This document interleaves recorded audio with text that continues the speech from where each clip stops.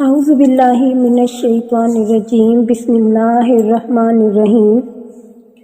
محترم بھائیوں اور بہنوں، آج کی یہ ویڈیو آپ سب مسلمان بہنوں اور بھائیوں کے لیے کسی تحفے سے کم نہیں ہے۔ کچھ ہی دن پہلے ایک شخص نے ہمیں کمنٹ میں رابطہ کیا اور ہم سے درخواست کی کہ ایسا وظیفہ بتائیں کہ جس سے میری ہر جائز حاجت پوری ہو جائے۔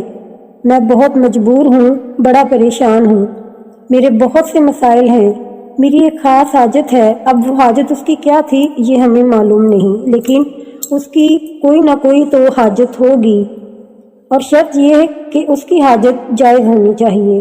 تو بے شک بہت سے مسلمان بہنوں اور بھائیوں کو یہ بخوبی علم ہے کہ وظائف تو صرف جائز حاجت کے لیے ہی کیے جاتے ہیں۔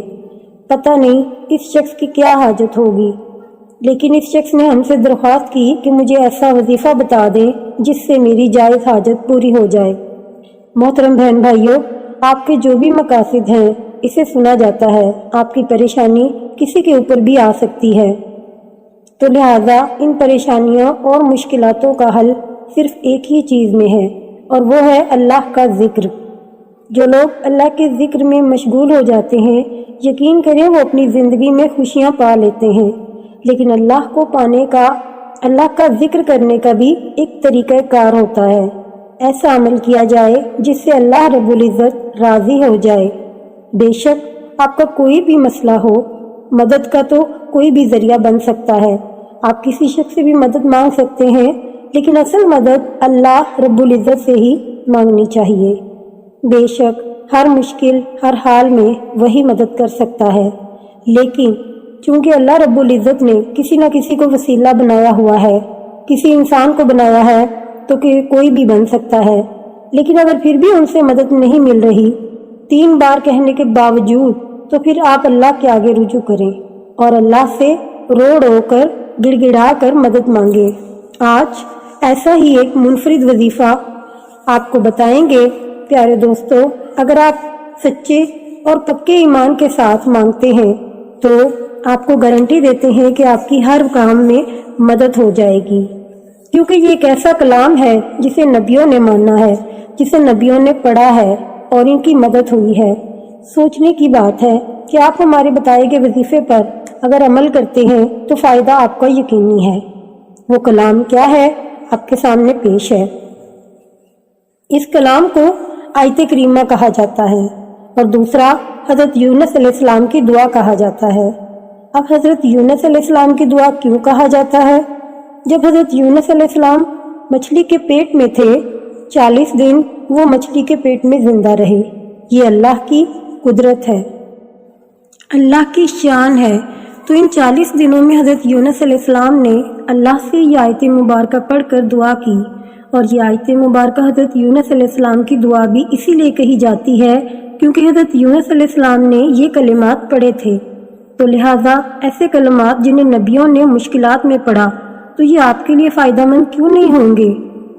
بات یہ ہے کہ ہم جن چیزوں پر عمل نہیں کرتے، جو ہمیں بتایا جاتا ہے اس پر عمل نہیں کرتے، ہم اللہ کے آگے جھکنے کی کوشش ہی نہیں کرتے، ہم اللہ سے مانگنے کی کوشش نہیں کرتے۔ اللہ رب العزت اپنے بندے سے اتنا پیار کرتا ہے کہ وہ تو خود فرماتا ہے، مجھ سے مانگو، اگر تیری کوئی رضا ہے، کوئی حاجت ہے، مجھ سے مانگ۔ اب یہ وظیفہ آپ کیسے کریں گے؟ اگر آپ کی بڑی سے بڑی کوئی حاجت ہے، تہجد کا ٹائم بہترین وقت ہے۔ اگر آپ اٹھ سکیں تو آپ نے یہ عمل لازمی کر لینا ہے۔ تہجد کے ٹائم آپ نے اٹھنا ہے، اور یہ ایسا وقت ہے جس میں اللہ رب العزت خود اپنے بندے سے پوچھ رہا ہوتا ہے کہ تیری کوئی حاجت ہے، تیری کوئی مراد ہے، تیرا کوئی مقصد ہے تو مجھے بتا، تیرے اس مقصد کو پورا کر دوں۔ تو اس سے آپ اندازہ لگا لیں یہ وقت کتنا اہم ہے۔ اللہ اس وقت اپنے بندے کے بہت زیادہ قریب ہوتا ہے، بہت زیادہ، جسے لفظوں میں بیان نہیں کر سکتے۔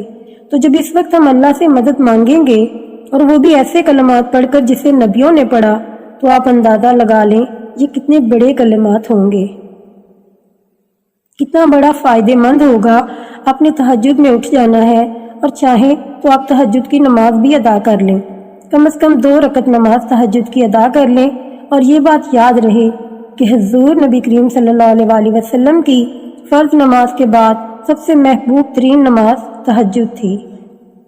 نماز کا تو اندازہ آپ لگا لیں کہ یہ کوئی چھوٹا عمل نہیں ہے۔ اگر آپ تہجد کے لیے اٹھے ہیں تو تہجد کی نماز بھی پڑھ لیں۔ تہجد کی نماز پڑھی، پھر آپ نے 3 بار درود پاک پڑھنا ہے۔ پھر آپ نے لا الہ الا انت سبحانک انی کنت من الظالمین یعنی آیت کریمہ کو 10 بار پڑھنا ہے۔ پھر آخر میں 3 بار درود شریف پڑھنا ہے۔ یاد رہے کہ جو آپ 10 بار آیت کریمہ پڑھیں گے وہ سجدے میں جا کر پڑھنا ہے۔ دوبارہ سے دہرا دیں، 3 بار آپ نے شروع میں درود پاک پڑھا، 10 بار آیت کریمہ پڑھیں گے اور وہ بھی سجدے میں جا کر، اور آخر میں 3 بار درود پاک پڑھ لیں گے اور دعا کے لیے ہاتھ کھڑے کریں گے۔ اپنی بڑی سے بڑی حاجت کو اللہ کے سامنے رکھیں گے، انشاءاللہ فائدہ یقینی ہے۔ محترم بہن بھائیوں، حضرت نعمان بن بشیر رضی اللہ تعالیٰ عنہ کہتے ہیں، میں نے رسول کریم صلی اللہ علیہ وسلم سے سنا، آپ یہ حدیث بیان فرماتے تھے۔ آپ نے فرمایا، اور ان حلال و حرام کے درمیان کچھ شبہ والی چیزیں ہیں جنہیں اکثر لوگ نہیں جانتے، تو یہ جو شبہات سے بچ گیا اس نے اپنی عزت اور اپنے دین کو محفوظ کر لیا، جو شبہ والی چیزوں میں جا پڑا وہ حرام میں داخل ہوا۔ ایک بار درود پاک پڑھ لیں اور دعا کے لیے ہاتھ کھڑے کریں گے اور اپنی بڑی سے بڑی حاجت کو اللہ کے سامنے رکھیں گے تو انشاءاللہ اللہ پاک آپ کی حاجت پوری فرمائیں گے، آپ کی دعا قبول فرمائیں گے۔ دعا ہے اللہ تعالیٰ میرا سننا اور آپ کا سننا قبول و منظور فرمائے، آمین ثم آمین۔